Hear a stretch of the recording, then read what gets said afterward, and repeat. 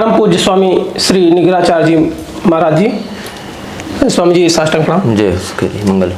स्वामी जी, कुछ वर्तमान विषय को लेकर हमारे जैसे तमाम सनातनियों के प्रश्न हैं, हाँ जिन्हें मैं आपके द्वारा जानना चाहूँगा। हाँ प्रथम हमारा जो प्रश्न है स्वामी जी, वो श्री राम जन्मभूमि को लेकर है। हाँ अभी आपने भी खबर देखी होगी कि वहाँ पर जो जन्मभूमि पे मंदिर बना, उसके शिखर का स्थापना हुआ। हाँ और जो और अन्य देवगढ़ थे उनकी स्थापना हुई। हाँ उसको लेकर ज्योतिष मठ के जो पीठाधीश्वर है स्वामी शंकराचार्य हैं, अवमुक्तासुरानंद जी, उन्होंने टिप्पणी करी। तो ऐसे जब टिप्पणी आ जाती है तो सनातन के जो प्रेमी हैं वो भ्रमित हो जाते हैं कि सत्य क्या है और जो हो रहा है आज के समय में, क्या वह धर्म पूर्वक हो रहा है या नहीं। देखिए, आपने शब्द का प्रयोग किया सनातन के प्रेमी, तो पहले यह स्पष्ट हो कि सनातन के ये प्रेमी प्रेम किससे करते हैं? व्यक्ति से, शास्त्र से, देवता से, आचार्यों से, पार्टी से, ये पता होना चाहिए। भ्रमित हो रहे हैं मतलब कि आचार्य की वाणी को सुनने के बाद भी यदि उनके मन में धर्म के विषय में कोई उहापोह है, इसका अर्थ है कि उनकी धर्म बुद्धि है, उनका जो धर्म के प्रति समर्पण है वो बहुत पीछे है या बहुत निम्न स्तर का है। तो राजनीति कभी भी धर्म के ऊपर हावी नहीं हो सकती है। राजनीति धर्म के अनुकूल चलकर, धर्म के नियंत्रण में चलकर ही समाज का कल्याण कर सकती है। वर्तमान समाज में राजनीति शब्द छल, कपट और स्वार्थ सिद्धि का पर्याय बन चुका है। तो श्री राम जन्मभूमि के प्रकरण में प्रारंभ से देखिए, आज से नहीं, मतलब 90 के दशक से आप देखिए, बहुत ही विचित्र प्रकार के नेतृत्व और विचित्र प्रकार की घटनाएं घटित होती आ रही हैं। अलग अलग ट्रस्ट बने। शंकराचार्य जी जो उस समय थे, स्वरूपानंद सरस्वती जी, उन्होंने रामालय ट्रस्ट इत्यादि बनाया सब, और भी शंकराचार्यों से सम्मति उसमें प्राप्त की, वैष्णवाचार्यों से सम्मति प्राप्त की। मेरा तो खैर इस देह में जन्म नहीं हुआ था तब, जो जानकार हैं वो सब बताते हैं किस प्रकार से साधुओं ने, संतों ने, ये किसी पार्टी का आंदोलन था भी नहीं, ये हिंदुओं का था, और हिंदुओं में सभी वर्ग के लोग लड़े थे, मरे थे, अपना बलिदान दिया था, लेकिन इसको हाईजेक करके पार्टी के आंदोलन में बदल दिया गया। और यही कारण है कि इस आंदोलन की आड़ में सत्ता प्राप्त करने के बाद जो पार्टियां सत्ता पाई हैं या जिन पार्टियों या संगठनों का लाभ हुआ है, वो आगे के आंदोलनों में बहुत पीछे या एक प्रकार से कहें तो उपेक्षित भावना का प्रदर्शन कर रही हैं। जैसे अभी श्री कृष्ण जन्मभूमि में आप भाजपा या संघ के माध्यम से कोई ठोस आंदोलन करता हुआ नहीं देख पाएंगे जी। स्वतंत्र कुछ आचार्यगण लोग कर रहे हैं, लेकिन जिस प्रकार से राम जन्मभूमि के लिए कर रहे थे कि रथ यात्रा निकालेंगे तो ये करेंगे, वैसा नहीं कर रहे हैं। क्यों नहीं कर रहे हैं? क्योंकि जो इनके कथित नायक हैं उनको तो ये बयान देने में रुचि है कि भाई हर मंदिर में क्यों शिवालय, हर मस्जिद में शिवालय क्यों देखना। देवकीनंदन कह ही चुके हैं कि हमको केवल काशी, मथुरा और अयोध्या दे दो। हालांकि अयोध्या ये बयान पुराना था, 3 दे दो तो हम तुमको 300 मस्जिद बना कर उसमें ये जो नया जहाँ पर कलयुग में होना है अवतार भगवान कलि संभल, हाँ, उसका जोड़ रहे हैं कि हमको वो चाहिए। क्यों? जो अब नए बयान आ रहे हैं धर्माचार्यों तो ये आप समय देखकर बात कर रहे हैं ना जी। आपका सिद्धांत यानी पुष्ट नहीं है। आपको कभी लगता है ये चाहिए, कभी लगता है कि तुम हमको ये दे दो तो बाकी छोड़ देंगे, क्योंकि बाकी तो आपकी बपौती है नहीं, वो तो आपकी पैतृक संपदा में आती नहीं है, न दहेज में मिला था। तो जो सनातन धर्म के मान्य तीर्थ हैं उनकी सुरक्षा धर्मगुरु करेंगे, धर्मगुरुओं के अनुयायी करेंगे कि नेता करेंगे कि आरएसएस, संघ, विश्व हिंदू परिषद के लोग करेंगे? मेरा यह मानना है सीधे सीधे कि श्री राम जन्मभूमि आंदोलन से लाभ सबका हुआ है, धर्म का छोड़कर। मुसलमानों का लाभ नहीं हुआ क्या? लोगों को एक और लग सकता है कि मुसलमानों का पक्ष हार गया, नहीं, वो जीते हैं। क्यों जीते हैं? क्योंकि जिस जगह पर आप अवैध कब्जा करेंगे जमीन का, वहां आपको दंड मिलता है। इनको क्या दंड मिला जी? जब आप उतना विभत्स हत्याकांड करके, जमीन पर कब्जा करके हिंदुओं के सम्मान पर बार बार पदाघात करते रहे और उस आघात के बाद भी आपको दंडित नहीं किया गया, ठीक है, अब ये कहेंगे कि वो लोग मर गए जो आक्रमण किए थे, अभी वाले नहीं किए हैं, तो अभी वाले कैसे जी? हाँ, ये चलो एक बात पीढ़ी के अंतर से समझ में आती है। तो 5 एकड़ भूमि क्यों दी गई मस्जिद बनाने के लिए? जहां पर आपका दावा शून्य है, शून्य होने के साथ जहां पर आप आक्रमणकारी के रूप में सिद्ध हो रहे हैं, वहां पर भी आप 5 एकड़ जमीन निकाल ले रहे हैं अपने लिए, सरकार पर दबाव बनाकर या न्यायपालिका पर दबाव बनाकर, या जो परिस्थिति बनी जी। उस स्थिति में आप हारे कहां? हारा तो हिंदू कि मुसलमान वहां कब्जा भी किया, वहां पर जब तक उसका बल रहा शासन भी किया। जब लोकतंत्र का नाटक चला, उसके बाद जब कोर्ट में ये सब तमाशा किया गया, उस समय एक तो पूछा गया कि भैया सर्टिफिकेट दिखाओ, राम जी कब पैदा हुए थे, कहाँ पैदा हुए थे, और उसके बाद जब हिंदुओं का पक्ष यह सिद्ध कर दिया कि वहां मंदिर था, तब भी 5 एकड़ जमीन ये ले लिए। इसके बाद भी संतोष नहीं हुआ तो एक नया नाटक शुरू किया कि फैज खान आकर पहली मुट्ठी मिट्टी रखेंगे शिलान्यास में, तो मुसलमानों को ये प्राण प्रतिष्ठा समारोह में बुलाया जाएगा। वो फोटो आप देखे हैं कि नहीं जी, वो रामभद्राचार्य और मलुकपीठाधीश्वर जो है हाँ, और ये रामदेव और शरणानंद और मोरारी बापू और विद्याभास्कर स्वामी जी सब बैठे हुए हैं, और एक मुसलमान भी पीछे बैठा हुआ है। क्यों? उसकी वहां क्या उपयोगिता है धर्म की दृष्टिकोण से? क्या वो आपकी पार्टी का मंच है? क्या पार्टी का? और शंकराचार्यों ने जो जो वहां पर उस कुकृत्य के विरुद्ध खड़े रहे, शंकराचार्यों को क्या मिला? अपमान, गाली, असहयोग के अलावा कुछ नहीं मिला। जिस व्यक्ति ने कोई ठोस काम नहीं किया राम जन्मभूमि में, रामभद्राचार्य ने, उनको सारा क्रेडिट मीडिया ने दे दिया। जो भाग दौड़ करके इतने प्रमाण जमा करते रहे ऐसे शंकराचार्यों को या उनके प्रतिनिधि शिष्यों को, कोई नाम तक नहीं लेना चाहता। उनको कांग्रेसी और उनको चमचा और दलाल जो जो शब्दावली अपना बोलते, सोशल मीडिया पे तो चलता है कि रामभद्राचार्य जी महाराज जी ने जाके तो बयान भैया दिया। आप कोर्ट के वर्डिक्ट देखिए ना, जो डिसीजन आया कोर्ट का, उसको पढ़िए ना कि रामभद्राचार्य ने कितने प्रमाण दिए और क्या प्रमाण दिए, और उन प्रमाणों को कितना वैध है या प्रभावी माना गया उस मुकदमे में, ये भी देखना चाहिए लोगों को। खैर, तो मुहूर्त प्रकरण को भी आप देख लीजिए। उसी समय 2-3 साल पहले जो मुहूर्त प्रकरण का विवाद हुआ था, गणेश्वर शास्त्री द्रविड़ बहुत अच्छे विद्वान, इसमें कोई संदेह नहीं, बहुत अच्छे विद्वान, बहुत वरिष्ठ विद्वान, कोई संदेह नहीं। किंतु मुझे ये कहने में भी संकोच नहीं है कि गणेश्वर शास्त्री द्रविड़ एक शास्त्रनिष्ठ ब्राह्मण की अपेक्षा एक राज्याश्रित विद्वान बन गए हैं। कि राजा की, और राजा तो मोदी को कह ही चुके थे कि वो राजा है, हालांकि भारत में तो राजा कोई है नहीं, सब सत्ता के कब्जेदार बदल बदल कर सीट पर बैठते रहते हैं। फिर भी उनको क्या पुरस्कार मिला? पद्म पुरस्कार उनको मिला। जबकि क्या कहा गया कि अगले 2 साल तक मुहूर्त नहीं है। तो अभी कौन वाला मुहूर्त में प्रतिष्ठा हो रही थी? अभी बिना मुहूर्त के प्रतिष्ठा की है क्या कि कोई मुहूर्त निकला था? मलुकपीठाधीश्वर 1 महीने के बाद इंदौर में जाकर राम जी की प्रतिष्ठा करवाए। कौन मुहूर्त था भाई? जब जनवरी में मुहूर्त था, 21, 22, 2 जनवरी थी, उसी में एकमात्र मुहूर्त था। फिर 6 वर्ष मुहूर्त नहीं आ रहा था इन लोगों का, तो अगले महीने में, और उस समय से लेकर भारत में कितने मंदिरों की प्रतिष्ठा हुई और किस मुहूर्त पर हुई? या तो फिर वो गलत है। गणेश्वर शास्त्री द्रविड़ यही सिद्ध करना चाहते हैं कि इस मुहूर्त के अलावा जितने मुहूर्तों में प्रतिष्ठा हुई वो सब गलत हुई, इस मुहूर्त को भी जोड़ते हैं।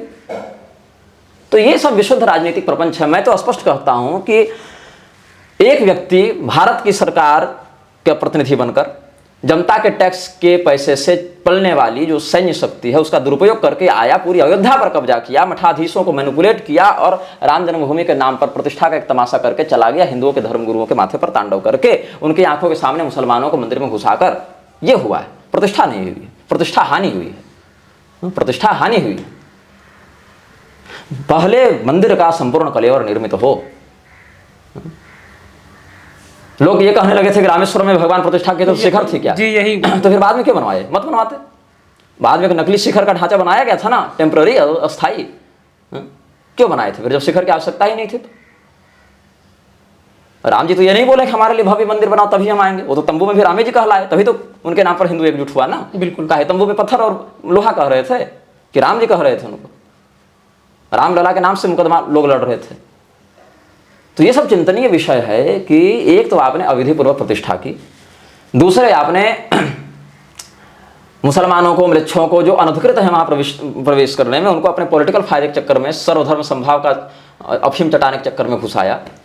ऊपर से अयोध्या के निकट में आपने एक बहुत बड़े टेररिस्ट सेंटर को पनाह दे दी, एक 5 एकड़ भूमि देकर। तो इससे पूरे राम जन्मभूमि आंदोलन को हाईजैक करके आपने विध्वंस किया, उस प्रतिष्ठा का, प्रतिष्ठा की नहीं, विध्वंस किया। हिंदुओं के देवताओं के हाथ से शस्त्र विहीन चित्रण का एक नया ट्रेंड चला है, मुरारी ने शुरू किया था।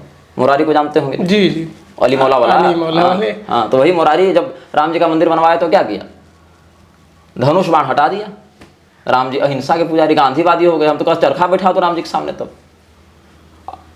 कुमार विश्वास, इसको तो समझे में नहीं आता ये करने क्या पैदा हुआ है धरती पर। कभी पॉलिटिशियन बन जाएगा, कभी कवि बन जाएगा, कभी गुरु बन जाएगा, कभी आलोचक बन जाएगा, सब इसी करना है धरती पर। और उसमें भी प्रकांड कि हम जो कहते हैं वही शास्त्र प्रमाणिक, हम जो कहते हैं वही शास्त्र प्रक्षिप्त, ये वाली इसकी बुद्धि। मनोज मुंतशिर कह रहा है कि हनुमान जी को हमने भगवान बनाया। कोई कह रहा है जो असली भगवान है, जो परमात्मा है राम जी, उनको इंद्रेश कुमार कहता है कि राम जी इमाम हिंद है, वो इमाम। 6-7 पायदान। और जो कहीं किसी लायक नहीं, ऐसे लोगों को कह देते हैं कि ये तो शिव जी के अवतार हैं। प्रदीप मिश्रा नमित को कह दिया, और उधर नरेंद्र मोदी को विष्णु भगवान का अवतार बता दिया गया। तो जो भगवान है उनको इमाम बता रहे हैं, और जो वास्तव में सौगात बांटे चल रहे हैं इमामों को, उनको भगवान बताते फिर रहे हैं। ऐसी स्थिति में आप कैसे कहिएगा कि हिंदू भ्रमित हो रहा है? हिंदू आचार्यों की वाणी से भ्रमित नहीं हो रहा है, हिंदू राजनीतिक पार्टियों के कारण भ्रमित हो रहा है। अब जब ऐसे ऐसे आचार्य आते हैं तो एक साधारण किसान या एक साधारण हिंदू सनातनी कैसे चिन्हित करे कि कौन सा आचार्य सही मार्ग पे चल रहा है? इस विषय में आचार्यों का मत समझने के लिए आपको अच्छी तरीके से इसका विवेक होना चाहिए कि मंच पर और सिद्धांत में जिसमें एक रूपता दिखे। ठीक है, अब जैसे कोई मंच पर कह दें कि वर्णाश्रम की रक्षा हो, स्त्रियों का वेद पाठ निषिद्ध है, ये सब अपनी बात कहें, और बाद में वही वर्णाश्रम के विरुद्ध आचरण करने वाले रामदेव इत्यादि की चापलूसी करते धरे जाएं, स्त्रियों के वेद पाठ से अपनी प्रशंसा करवाते धरे जाएं, तो उस स्थिति में चिंतन करना चाहिए विवेकशील व्यक्ति को कि इनके कर्तव्य में और इनके वक्तव्य में क्या साम्यता है और क्या विषमता है। तो जो भी व्यक्ति राजनीतिक दल के संरक्षण से, राजनीतिक दल के स्पॉन्सरशिप से आगे बढ़ा है, वो कभी धर्म के लिए निष्पक्ष बात नहीं कर सकता, क्योंकि उसको वो प्रतिष्ठा, वो पैसा, वो वैभव, वो मोनोपोली, पॉलिटिकल मोनोपोली, धर्म उद्देश्य कहीं भूमि हो जाता है, उसकी लत लग गई, उसका नशा, उसके बिना वो सर्वाइव नहीं कर सकता, जी नहीं सकता है। अभी बागेश्वर धाम गए ना, कहाँ? दुबई। कौन बुलाया? अबू अब्दुल्ला। वो अब्दुल्ला कौन है? आईएसआई का परम मित्र, जाकिर नाइक का परम मित्र। हमारे तो शास्त्र सात समुद्र पार जाने से मना करते हैं। हाँ, तो ऐसे में एक परम हनुमान भक्त जा रहे हैं तो बहिष्कार कोटि में आ जाएंगे। लेकिन क्या करें, हिंदुओं को सदाचरण से मतलब नहीं है, हिंदुओं को ट्रेंड से मतलब है। हिंदुओं को ट्रेंड से मतलब है, हंगामा से मतलब है। यदि हिंदू ट्रेंड पर नहीं चलता तो इस देश में कभी निर्बल बाबा पैदा नहीं होता। हिंदू तो वहां भ्रमित हो जा रहा है कि समोसा खा के भाग्य बदल रहा है। बताइए, अब उस स्थिति पर जो समाज जा चुका है, वो आचार्यों की वाणी क्या समझेगा? आचार्यों की वाणी क्या समझेगा वो समाज? इस पर ये भी जो पुरी के शंकराचार्य जी महाराज हैं, उनका एक वक्तव्य आया कि जो भी हमारी सत्ता यहाँ देश में चल रही है, सत्ता बदलती जरूर है। उनका कहने वाला कि वो भारतीय मस्तिष्क नहीं के द्वारा संचालित नहीं होती। कभी वो चीन के द्वारा, कभी रूस के द्वारा, कभी अरब के द्वारा, या कभी अमेरिका के द्वारा। इस वक्तव्य को आप कैसे देखते? यथार्थ है, इसमें कोई संदेह या कोई किंतु परंतु की बात नहीं है। पूरे के शंकराचार्य का यह जो चिंतन है या जो अनुभव है, ऑब्जर्व जो उन्होंने किया, अपना एक परीक्षण किया है, बिल्कुल सही है। भारत की संरचना ही ऐसी शासकीय स्तर से बना दी गई है, जिस संरचना में यदि आप धर्म या न्याय के साथ चलेंगे तो आप अस्तित्वहीन हो जाएंगे, आप वहाँ सर्वाइव नहीं करेंगे उस सिस्टम में। इसको तो धर्मनिरपेक्ष बनाया गया, इसलिए धर्मनिरपेक्ष नहीं है, अधर्म सापेक्ष है। अधर्म सापेक्ष, मैं इसको ये कहता हूँ। धर्मनिरपेक्ष तो छलावा शब्द है ना, धर्म के साथ मतलब नहीं है, तो इसका अर्थ क्या हुआ? अब अधर्म से मतलब रखते हैं, फिर अधर्म के सापेक्ष हो गया। और धर्मनिरपेक्ष खाली हिंदुए पर? सरकार यदि वास्तव में धर्मनिरपेक्ष होती तो सरकार कभी मंदिरों का अधिग्रहण नहीं करती, सरकार कभी मठ मंदिरों के धन संपदा पर कब्जा करके उनको वक्फ बोर्ड और मिशनरी और माइनॉरिटीज में नहीं बांटती। इसके लिए वो कहते हैं कि जो प्रबंधन होता है मंदिर का वो बहुत दूषित हो गया है, इस वजह से हम ये कर रहे हैं। चर्च और ईसाइयत का और ये सब मुसलमानों के सब प्रबंध तो बिल्कुल मंगल ग्रह से चल रहे होंगे कि भारत का प्रदूषण या विश्व का वैश्विक ग्लोबल प्रदूषण उनको नहीं लागू किया गया होगा। हमारा अगर प्रदूषण हो गया, चाहे हमारा जन्नत हो गया, चाहे स्वर्ग हो गया, चाहे हम सुमेध कर लिया, आप तो धर्मनिरपेक्ष थे, तो आपको क्या फर्क पड़ता है? प्रदूषण में क्या हो गया? हम मर्डर कर रहे हैं, नरबली दे रहे हैं लाकर मंदिर में, क्या कर रहे हैं? वही हो जाता है कि धन आप ज्यादा चढ़वा रहे हैं। हाँ, तो उससे क्या मतलब है? आप दर्शन धर्म के नाम पर चढ़ा रहा है ना, बंदूक दिखाकर चढ़ाते तो आप बताइए। अगर कोई पुजारी बंदूक दिखाकर चढ़ाते कि चढ़ाओ नहीं तो गोली मार देंगे, तब आपका हस्तक्षेप समझ में आता है। भैया जिसको नहीं चढ़ाना वो नहीं जाता। हम तो घर से पकड़ पकड़ के नहीं लाए थे कि आप हमारे मंदिर में आकर इतना दान दीजिए, नहीं दीजिएगा तो मार देंगे, ऐसा कुछ कहा क्या मठाधीशों ने? हमारी जानकारी में तो नहीं कहा। इसको आप क्या जजिया के रूप में ही देख रहे हैं? किसको? ये जो मंदिरों का अधिग्रहण करके हम मंदिरों का पैसा लेके चर्चों को प्रारूप या क्या कहते हैं वक्फ बोर्ड को देना या हज के लिए पैसा देना। प्रारूप है, उसी प्रकार का प्रारूप है। शायद आपके भी नॉलेज में होगा, इसका सबसे जीता जागता उदाहरण जो जम्मू कश्मीर में माता वैष्णो जी का मंदिर है, वहाँ का अभी तक जब से केंद्र शासित हो गया, इसके पहले की अगर बात करें तो जो वहाँ का ये सांस्कृतिक और धार्मिक प्रबंधन मंत्री होता था, वही टेररिस्ट जो आतंकवादियों को पुनर्स्थापित करने का भी मंत्रालय उसी के पास होता था। तिरुपति में हम चर्बी मिलाने गए थे कि ओंकारेश्वरानंद जी गए थे कि निश्चलानंद जी गए थे? मतलब किसी संप्रदाय का कोई आचार्य तो नहीं गया था, राघवाचार्य तो नहीं गए थे, विद्याभास्कर जी तो नहीं गए थे, कौन मिलाया था चर्बी? प्रबंधन तो खराब था ना, तो मतलब गुरु लोग खराब किए होंगे, आचार्य लोग खराब किए होंगे, महंत लोग खराब किए होंगे, तो वहाँ तो सरकारी प्रबंधन है, तो क्यों फिर खराब हो गया? और ऐसा खराब कि आपको होश नहीं कि हम क्या बना रहे हैं खाद्य में और क्या चढ़ा रहे हैं भोग। मैंने बाहर का कोई विषय हो, पहनावा ओढ़ावा में चलो मिलावट किया तो एक अल्पकाल के दोष समझ में आता है कि चलो बासी फूल की माला गूंथ दी। आप चर्बी मिला रहे हैं भगवान के प्रसाद में और हजारों हजार लोगों को बांट रहे हैं और उसी से फिर पैसा ले रहे हैं। वीआईपी दर्शन का जितना टिकट है पंडित जी ले रहे हैं कि समिति लेकर सरकार के कोष में जमा कर रही है, तो वहां पैसा जबरदस्ती नहीं ले रहे हैं तो क्या ले रहे हैं? काउंटर तो आपने खोला है उसके लिए, हुंडी का पैसा हम ले रहे हैं। कहते हैं इससे विकास करते हैं। क्या विकास करते हैं? कितने पैसे से विकास कर रहे हैं? क्षेत्र का कितना पैसा से? क्षेत्र के विकास के लिए सर जनता टैक्स नहीं दे रही है आपको? जनता आपको क्षेत्र का विकास करने के लिए मंदिर में चढ़ाई थी। जनता को बताया जाए कि आप जो पैसा चढ़ाइएगा उससे रोड बनेगी, तो जनता को स्पष्ट होगा कि हाँ हमारा पैसा यहाँ लगेगा। जनता वहां जब पैसा दे रही तो जनता का उद्देश्य क्या, मंदिर का विकास है कि सड़क का विकास है कि हॉस्पिटल का विकास है, क्या है? और मठों में नहीं चल रहे हैं क्या? विद्यालय नहीं चल रहे, चिकित्सालय नहीं चल रहे, शंकराचार्य के मठों के माध्यम से, रामानुजाचार्य के मठों के माध्यम से क्या स्कूल कॉलेज अस्पताल गौशाला नहीं है? वहां वो नहीं लगा सकता है पैसा? वहां आने से आपको रोक दिया जाएगा कि तुम बीमार हो तुमको नहीं इलाज करेंगे क्योंकि तुम पैसा नहीं दिया था? ऐसा तो नहीं है ना कम से कम जी। तो विकास मंदिर करेगा काहे? 70 साल पहले विकास नहीं कर रहा था मंदिर? इतने बड़े बड़े दिव्य दिव्य वैभवशाली मंदिर सरकारों ने बना दिए हैं। अब तो नया मंदिर बनने जा रहा है यहाँ बाके बिहारी कॉरिडोर के नाम से, उसको भी सरकार ने अपने कब्जे में ले लिया है। देखिए सरकार को इतनी छूट, पहली बात हमको यह स्पष्ट करना पड़ेगा कि judiciary and government can't be permitted. हम इस स्तर पर आकर बात करना चाहते हैं कि हम आपको अनुमति नहीं देते कि आप मेरे जीवन को ऐसे विकृत करके प्रभावित करें। इस स्तर पर बात करनी होगी। अब हम न्यायपालिका या सरकार या प्रशासन को अनुमति नहीं देते हैं इस भाव पर जब हिंदू आएगा कि आप हमारे सांस्कृतिक चीजों में हस्तक्षेप करें, नहीं। लेकिन क्या है, यहाँ उल्टा है। जब नेता मंत्री अधिकारी जज वकील सब बड़े जो अपने कथित प्रभुत्वशाली लोग आएंगे तो यही पुजारी जो है मंदिर के गर्भगृह वाले वो 2-2 लाख देकर भक्तों को किनारे करेंगे और आइए सर गर्भगृह में आइए सर, भगवान के माथा में बैठ जाइए सर। ऐसे तो वीडियो आए दिन आते हैं, है कि नहीं? सभी तो उसका मन इतना किसने बढ़ाया? वो भगवान के सामने अपना प्रभाव दिखाने गया है कि नतमस्तक होने गया है? वो तो अपना मार्केट बनाने गया है ना। तो आज न करो तो चढ़ेगा माथा पर, क्योंकि आप ही उसको सीढ़ी दे रहे हैं। आप मतलब आप नहीं, समाज। जी जी। अभी इसका मैं अयोध्या गया हुआ था लास्ट टाइम, तो सरयू माँ की आरती हो रही थी, तो वहाँ एक आए तो उन्होंने कहा कि वो लॉर्डशिप आ रहे हैं हाई कोर्ट के, और हट जाइए सब लोग। उनको मतलब जहाँ पे बाकी हाई कोर्ट के लॉर्डशिप, हाई कोर्ट में जाकर नहाते रहे बैठ के कि हम लॉर्डशिप हैं, बाबा ब्लैक शिप बन जाइए आप। हाई कोर्ट के लॉर्डशिप के लिए अलग से घाट बनाया गया है सरयू जी में। हाई कोर्ट के लॉर्डशिप बन के आ रहे हैं, न्यायिक प्रणाली में आ रहे हैं कि हिंदू बनकर आ रहे हैं? लॉर्डशिप का तो कोई धर्म नहीं होता है। हमको यही जज ने बताया था, तब जजों का बयान आता है कि हम लोग जब लॉर्डशिप बनते हैं भैया तो हम लोग किसी धर्म के नहीं होते हैं। तब कहा आपके लिए सरयू जी खाली की जाए? लॉर्डशिप को अपनी पहचाने नहीं पता है। मैं वापस बाके बिहारी कॉरिडोर पे जाना चाहूँगा। वहाँ का जो प्रबंधन है वो लगातार उसका विरोध कर रहा है, और आसपास के जो निवासी हैं उनका भी विरोध है, पर जनता जो जा रही है वो कह रही है कि नहीं जरूर होना चाहिए, हमको बड़ी दिक्कत होती है। जनता है टूरिस्ट। राम मंदिर के शिखर पर वो खोल दीजिएगा ना तो जनता वहीं पर रोज बैठ के व्यभिचार करेगी। जनता वो लतखोर हो गई है भारत की, इससे ज्यादा कड़ा नहीं बता सकता हूँ।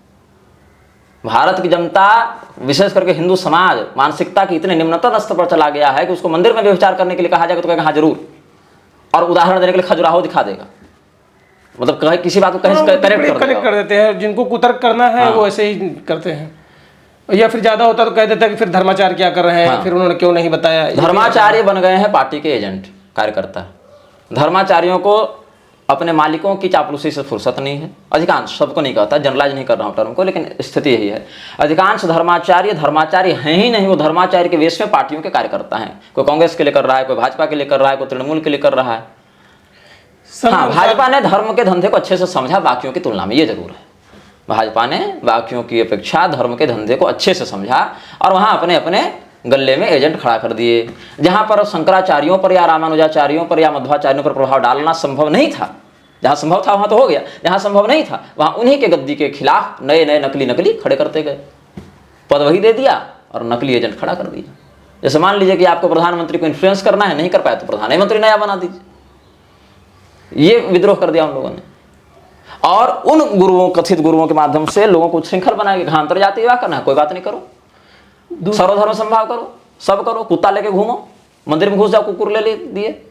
अब वास्तविक शंकराचार्य अगर मना करेंगे तो कहेगा ना समाज कि अरे वही तो ठीक है कि जो करो सब ठीक है, सब छूट है, और तुम तो हम पर अत्याचार करते हो, हम पर लगाम लगाते हो, हमको हमारा अधिकार छीनते हो। तो आपको क्या लगता है, कॉरिडोर बनना चाहिए या जैसे है इस अवस्था में ही सही है? विकास विनाश न बने इसका ध्यान हो। यही हमने काशी में भी कहा था। जब अभी हम गए काशी 2 दिन के लिए, तो हमने विश्वनाथ भगवान के गर्भगृह में दर्शन नहीं किया, हम बाहर से शिखर दर्शन, हमको अच्छा नहीं लगता, हमको बेचैनी होती है, क्योंकि हम पहले उन देवालयों का, उन देवताओं का दर्शन करते थे, पूजन करते थे, अब वो नहीं दिखता, वो एक सन्नाटा दिखता है। शिव जी तो वो देवता है जो श्मशान को जगाते हैं, श्मशान को चैतन्य बनाते हैं, लेकिन वो कैसा मंदिर है कि श्मशान के समान अशांति का अनुभव करते हैं। वो दिव्य शक्तियाँ जो भगवान के परिकर थे, पार्षद थे, वो तो टूरी जो बना दिए ना। जिन पुस्तकालयों में हम ग्रंथ पढ़ते थे उसके जगह होते थे होटल है, हॉस्पिटल नहीं, क्या शौचालय है, होटल है, वो प्याज मोमो के ठेले लग रहे हैं, वहाँ काउंटर खोल दिए गए हैं। तो हम बाहर से शिखर दर्शन करके प्रणाम किया, अन्नपूर्णा जी का दर्शन किया, बाहर निकले तो एक विनायक जी दिखे, तो हमने उनसे कहा कि भगवान लगता है विकास की दृष्टि आप पर नहीं पड़ी, नहीं तो अभी तो आपका दृश्य अभूतपूर्व है, फिर भूतपूर्व हो चुके होते। तो क्यों है? भागवत महापुराण यहीं पर हैं। इसमें आपको मैं एक श्लोक दिखाता हूँ महात्म्य प्रकरण से। कितनी स्पष्ट भविष्यवाणी है, कितना स्पष्ट संकेत कर रहे हैं नारद जी। स्पष्ट कह रहे हैं कि कलयुग में क्या हो रहा है। देवता यतनान्यत्र दुष्टर नष्टानि भूरिशः, दुष्टों के द्वारा बहुत प्रकार से देवालयों को नष्ट कर दिया गया। आश्रमा यवने रुद्धास तीर्थानि सरितस्तथा, आश्रमों को यवनों ने, मृक्षों ने नष्ट कर दिया, तीर्थों को, नदियों को नष्ट कर दिया, देवताओं के मंदिरों को दुष्टों ने नष्ट कर दिया। ये जी बिल्कुल घटित हो रहा है। हिंदी अनुवाद नहीं है, आप समझ लीजिए, मैं अर्थ बता दे रहा हूँ, तो मूल भाग है भागवत महापुराण का। तो ये जो हमारे आचार्यों ने देखा था, नारद जी ने, वेदव्यास जी ने, सुखदेव जी ने, वशिष्ठ मुनि ने जो देखा था, क्या वो असत्य था? वो यथार्थ था। वो सतर्क कर रहे थे हमको, कैसा होगा, सावधान रहना, और वही हो रहा है। उसी अव्यवस्था के विरुद्ध हम लोग लड़ रहे हैं। हाँ, विकास आप कीजिए, इसमें कोई विरोध नहीं, लेकिन विकास ऐसा होना चाहिए ना। आप मंदिर की मर्यादा को नष्ट भ्रष्ट करके उसको एक इकोनॉमिक रेवेन्यू जनरेशन का आप बना देंगे। काशी को क्योटो बनाएंगे। क्योटो में शिव जी रहते हैं कि काशी में रहते हैं? काशी को काशी रहने दो। हाँ, उसी में आप साफ सफाई रखिए, बिना कोई ठोस तोड़ फोड़ किए गलियों को चौड़ा कीजिए जहां तक संभव है। थोड़े बहुत घर तोड़े जा सकते हैं, उस प्रकृति है, वो शाश्वत संसार नहीं है, लेकिन कम से कम देवालयों के प्रति या ऐतिहासिक धरोहरों के प्रति, जिनका सनातन धर्म में एक विशिष्ट योगदान रहा है, उनकी मौलिकता को बिना खंडित किए। वो आपके इतिहास का ही नहीं, आपकी संस्कृति का और आपके लोक परलोक का हिस्सा है वो। तो विकास ऐसा हो। अब तो लोग वेकेशन मनाने जाते हैं ना तीर्थों में। वृंदावन में जो सेलिब्रिटी वर्शिपिंग हो गई ना, कि प्रेमानंद बाबा की गाड़ी चल रही तो लोग रोडे पर सो जा रहे हैं, और लाखों की संख्या में, ये सेलिब्रिटी वर्शिपिंग है।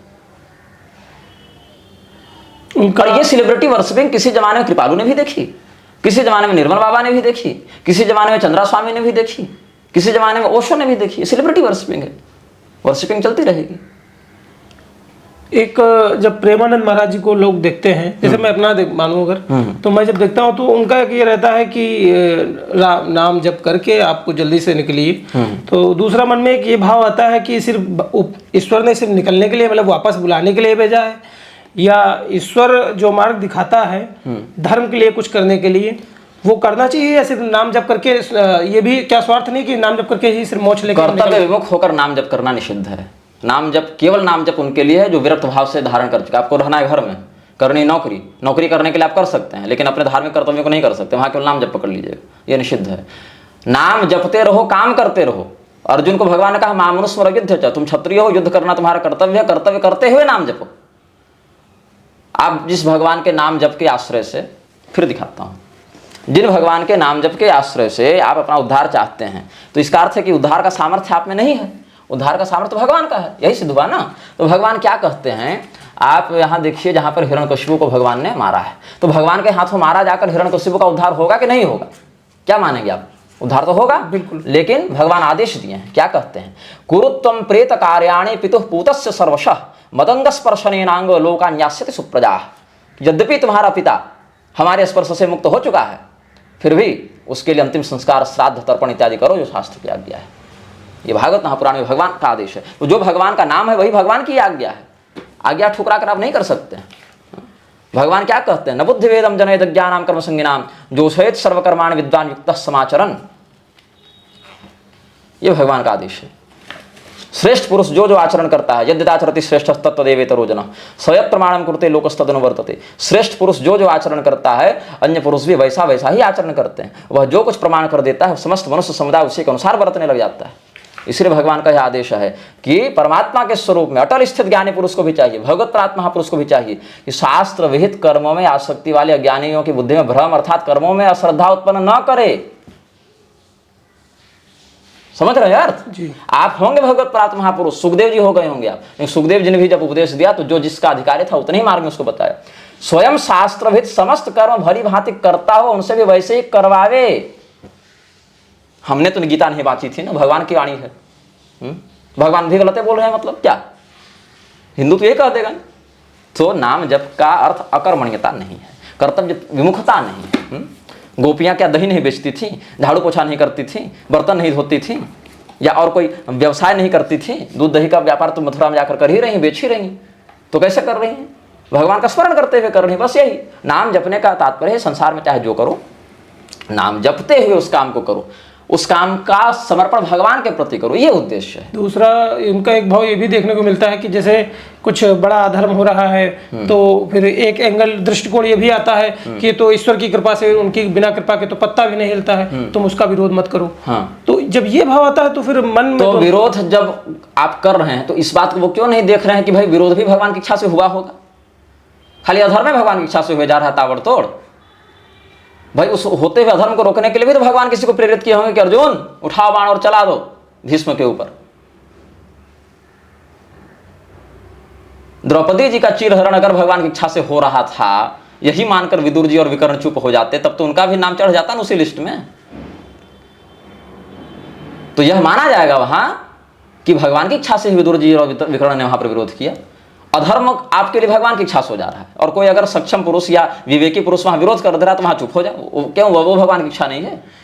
दूसरा प्रेमानंद महाराज जी का, मतलब ऐसे तो मैं उनको उतना ही सम्मान देता हूँ जितना मैं अन्य महात्मा को देता हूँ, पर एक उनका जो क्रियाकलाप है मुझे सबसे ज्यादा अचंभित करता है, और मुझे से अनेक ऐसे होंगे कि उनका कहने का तात्पर्य कि आप हमारे पास, जैसे मैं आपके पास आया तो मैं अपने धर्म से संबंधित विज्ञान आपसे ले रहा हूँ, या अन्य कोई विषय वस्तु है, चाहे वो किसी मजहब से पद से, तो मैं वो भी आपसे पूछ सकता हूँ, ऐसी अनुमति मैक्सिमम होती है। उनके आगे नहीं, आप सिर्फ हमारे धर्म के बारे में पूछिए, अगर कोई दूसरा धर्म के खिलाफ कुछ कर रहा है तो उसके बारे में बताओ। इसको आप कैसे देखते हैं? ये सुरक्षा का एक नाटक है ताकि कहीं फंस न जावे कुछ बोलने के चक्कर में, सीधा है।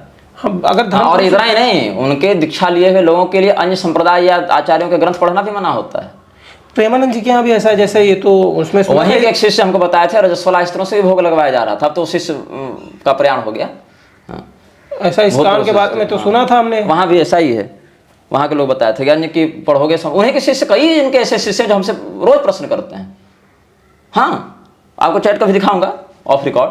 कई ऐसे शिष्य हैं जो हमसे प्रश्न करते हैं कि ऐसा, हम बोलते हैं गुरु जी के पास जाओ, तो कहते गुरु जी कहते हैं ये सब मत पूछो हमसे, और ये दूसरे ग्रंथों को पढ़ने से मना भी करते हैं, तो आप बता दीजिए। तो पहले तो हम बता देते थे, लेकिन अब थोड़ा कम कर दिया हूँ, क्योंकि बाद में फिर वही सब हमें को गाली देंगे। अगर उनके गुरु जी के विषय में कुछ बोल दिए तो फिर वही लोग चढ़ बैठेंगे, तो उन्हें भैया वही समझो।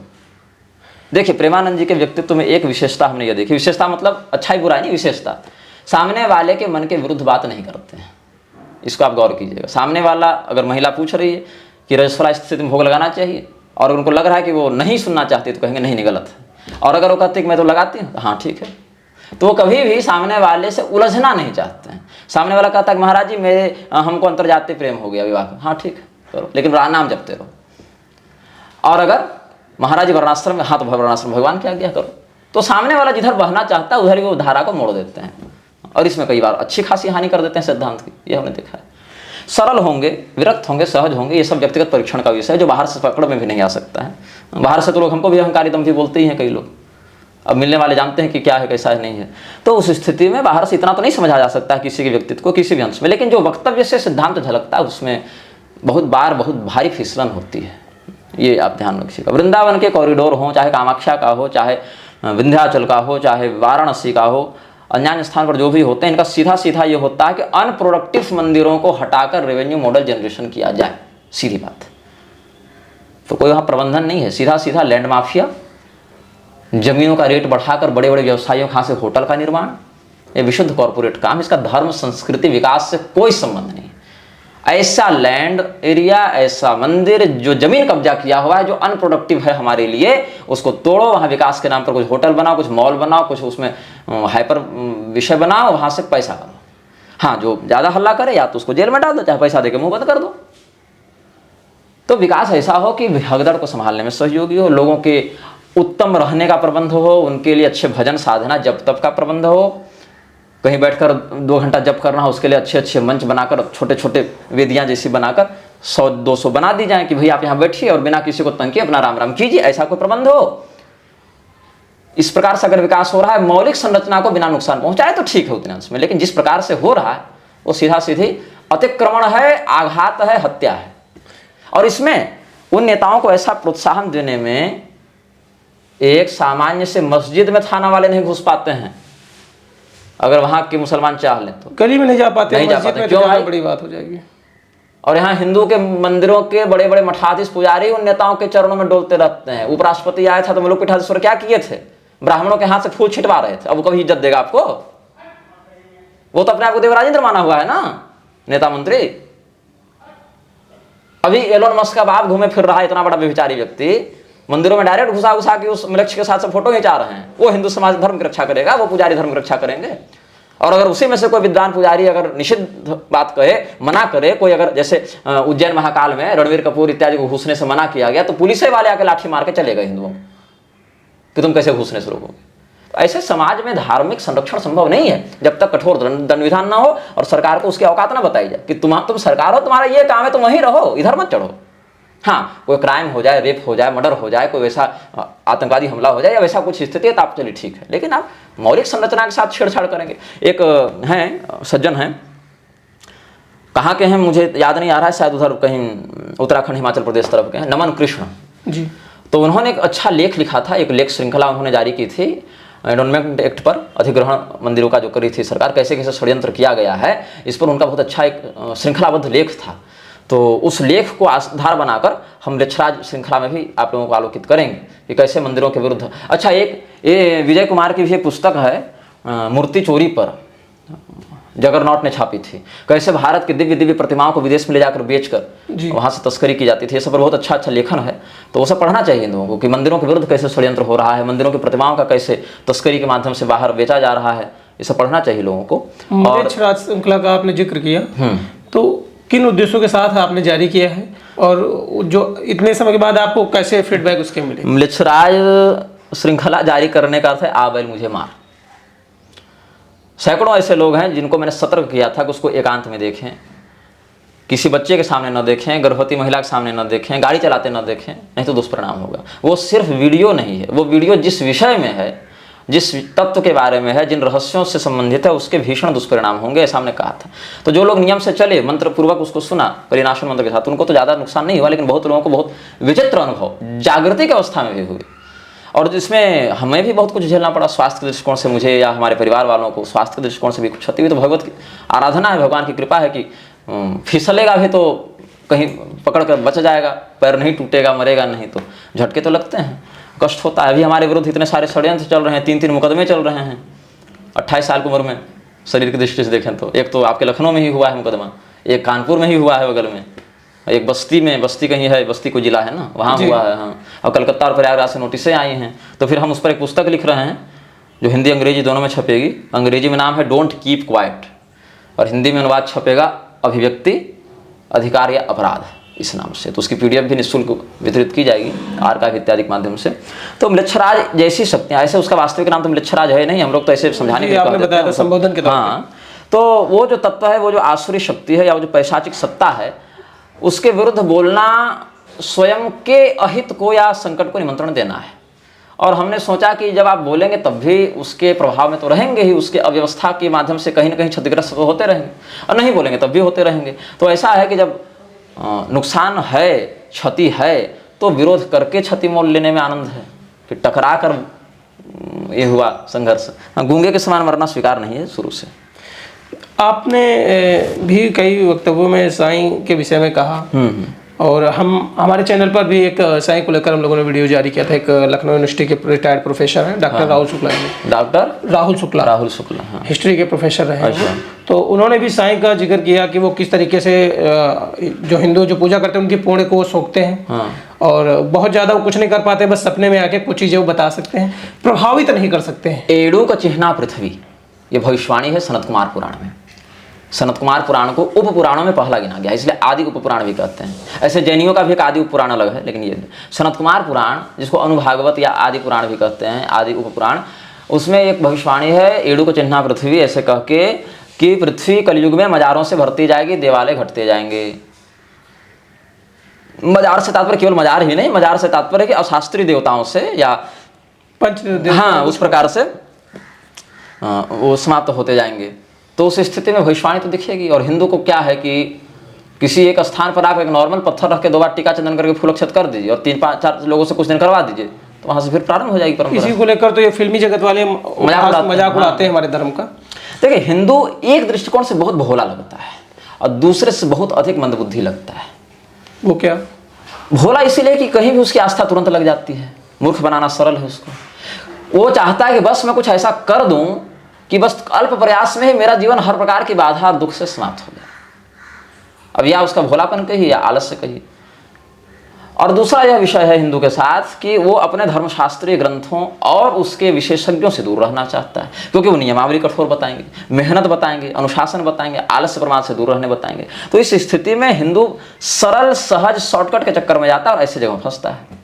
वहाँ पैसा खर्चा करता है, समय खर्चा करता है, और वहाँ से जब लाभ नहीं होता है, ऐसी स्थिति में गाली पूरे धर्म को देगा। निर्मल बाबा से ठगा गया हिंदू निर्मल बाबा को केवल नहीं, पूरे धर्म को गाली देगा, जबकि वास्तविक धर्मगुरु ने उसको 50 बार समझा था कि भैया निर्मल बाबा से बच के रहो, लेकिन तब तो नहीं मानेगा, क्योंकि निर्मल बाबा के पास कहता है 1 लाख लोग जा रहे हैं तो हम जाएंगे।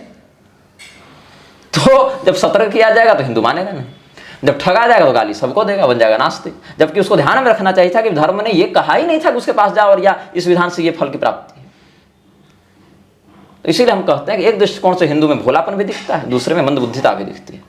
साईं को आप कैसे देखते हैं? षड्यंत्र, घुसपैठ, अंधविश्वास। आज तो हर मंदिर में उनकी स्थापना है। कई बार हमने भी पंडित जी से कहा कि ये गलत है, इसको हटाइए, तो उनका कहना है कि चढ़ावा आ रहा है। चढ़ावा आ रहा है, चढ़ावा आ रहा है, तो उससे ज्यादा चढ़ावा तो वेश्यालय और दारू खाना खोलने में आएगा, नहीं आएगा तब। और एक विशेषता देखी है, आप तो ज्ञानी हैं, आपने ज़्यादा देखा होगा कि कहीं भी जिसमें जैसे नया मंदिर बहुत कम बनाया जाता है, इनके जो मंदिर बने हुए उन्हीं में इनको स्थापित करा दिया। नया मंदिर बनाने में ज़्यादा खर्चा है ना। मुसलमान का नया घर बनाता है कि कब्जा कर लेता है। पाकिस्तान में नए घर बने थे कि हिंदुओं के घर पर कब्जा किया गया था। कब्जा की प्रवृत्ति रही ना, ईस्ट इंडिया कंपनी वाले कब्जा करने आए थे ना, मुगल कब्जा करने आए थे ना। निर्माण यहाँ है ही नहीं ना, निर्माण की प्रवृत्ति नहीं है। निर्माण के लिए शास्त्रीयता चाहिए, निर्माण के लिए संसाधन चाहिए। हाँ, तो जहाँ निर्माण संभव है थोड़ा बहुत वहाँ तो कर देते हैं विशेष वैभव के लिए, और नहीं तो हर जगह थोड़ा घुसपैठ करते जाते हैं। ये भी जिस तरीके से मुझे मेरा बचपन याद है कि एक बार मुझे एक पेज मिला था जिसमें लिखा था कि इतने पन्ने आप बांटिए, यही साईं बाबा का ही था। सबको मिला था, हमको भी मिला था। आज स्थिति ये है कि उनको अखंड कोटि ब्रह्मांड नायक करके संबोधित किया जाता है। सब होंगे वो। तो ये कभी मतलब जितना इन्होंने घुसपैठ की है, क्या इसको हिंदू समाज या हमारे धर्माचार्य इसको वापस हटा पाएंगे? धर्माचार्य तब न हटाएंगे जब निर्भय होकर बोलने का साहस करेंगे। यहाँ का शास्त्रीय प्रतिष्ठा का तो निषेध नहीं कर पा रहे हैं, साईं से टकराएंगे ये। धर्माचार्य साईं से तब ना विरोध मोल लेंगे जब साईं के टक्कर का वो एक सिंडिकेट खड़ा कर पाएंगे या हिंदुओं को उतना जागृत कर पाएंगे। हमने तो स्पष्ट कह दिया कि जिससे घर में कुत्ता पाला जाए भाई, या चाहे साईं इत्यादि पूजा हुआ, हमको न ले जाओ। हमको दिखेगा, हम विरोध करेंगे, सामने वाले बुरा लगेगा। या तो पहले सुधार लो या तो हमसे मतलब छोड़ दो। तो जैसा आपने अभी कहा, तो इससे तो आप शायद इसका पालन करेंगे। इसके लिए जो सामने हमारा विरोधी है या दुश्मन है हमारे धर्म का, उसने ऐसा प्रचलन किया कि गाय को बाहर कर दिया, कुत्ते को अंदर कर दिया कि ताकि आपकी एंट्री ही ना हो घर पे। तो उस समय तो वैसे घर में जहां पर ये प्रकार की विकृति, वहां हम क्या करेंगे जाकर? क्यों जाएंगे वहां पर जब हमको पता ही कि वहां पर क्या परिणाम होने वाला है? तो उससे हमारा लोग परलोक तो बनना ऐसे भी नहीं है। तो अगर किसी घर में गाय को बाहर करके घर में कुत्ते को एंट्री दे रहा है तो उस घर का मालिक क्या कर रहा है? अगर मालिक भी उसका समर्थन कर रहा था, इसका अर्थ वो कभी हमारा व्यक्ति नहीं था, कभी धर्म के लिए नहीं सोच रहा था, तो वहां हम ऐसे भी नहीं जाएंगे। हम अपना वक्तव्य तो कहीं से दे सकते हैं, और जिसको सुनना है वो सुनते ही हैं, जिसको मानना है वो मानते हैं, जिसको गाली देना वहां भी देते ही हैं। तो घर में ही जाकर किसी से संपर्क करने की क्या आवश्यकता है? आज का तो तकनीकी युग है, घर बैठे विश्व से संपर्क कर रहा है व्यक्ति, और नहीं भी कर पा रहा है तो उससे अपनी कोई पारलौकिक क्षति तो है नहीं। ब्राह्मण के रूप में अपना जप तप तपस्या साधना भजन जो लेखन अध्ययन है ब्राह्मण का वो कर ही रहे हैं। तो कितना जी लेंगे? 28 साल बिता दिए, 28 साल और जी लेंगे, 52 साल जी लेंगे, 100 साल जी लेंगे, उसके बाद तो मर ही जाना है। वृक्षराज सीरीज दोबारा जारी हो गई, दूसरा सीजन हमने 10 एपिसोड निकाला था जी। जितना समय मिलेगा उतना करेंगे। देखिए बात है ना, मेरे पास कोई मीडिया टीम है नहीं, हाँ, जो मेरे लिए वीडियो रिकॉर्ड करे, एडिट करे, अपलोड करे, विषय तैयार करे, स्क्रिप्ट बनाए। अध्ययन भी मुझे करना है, विषय वस्तु मुझे तैयार करना है, रिकॉर्डिंग हमें करनी है, एडिटिंग हमें करनी है, अपलोडिंग हमें करनी है, उसके ऊपर कुछ प्रश्नोत्तर ही है तो मुझे जवाब देना है, साथ साथ अपना अध्ययन पूजन लेखन भी हमको करना है, प्रवचन भी करना है, उसे में विश्राम भी करना और घर परिवार को समय भी देना है। एक अकेला व्यक्ति कितना जगह समय देगा? तो जितना समय मिलता है उसको पूरा झोंके रखता हूँ इधर। एडिटिंग से याद आया कि आपके भी चैनल पे बहुत सारे कमेंट आए हैं, हमारे चैनल पे भी, कि जो आप म्यूजिक लगाते हैं बैकग्राउंड, उसका कुछ विशेष महत्व है? नहीं, ऐसा कुछ विशेष महत्व नहीं है, मुझे अच्छा लगा, उस विषय से अनुकूल लगा तो मैंने कर दिया। आपने समय दिया इसके लिए बहुत बहुत धन्यवाद। हाँ, मंगल हो।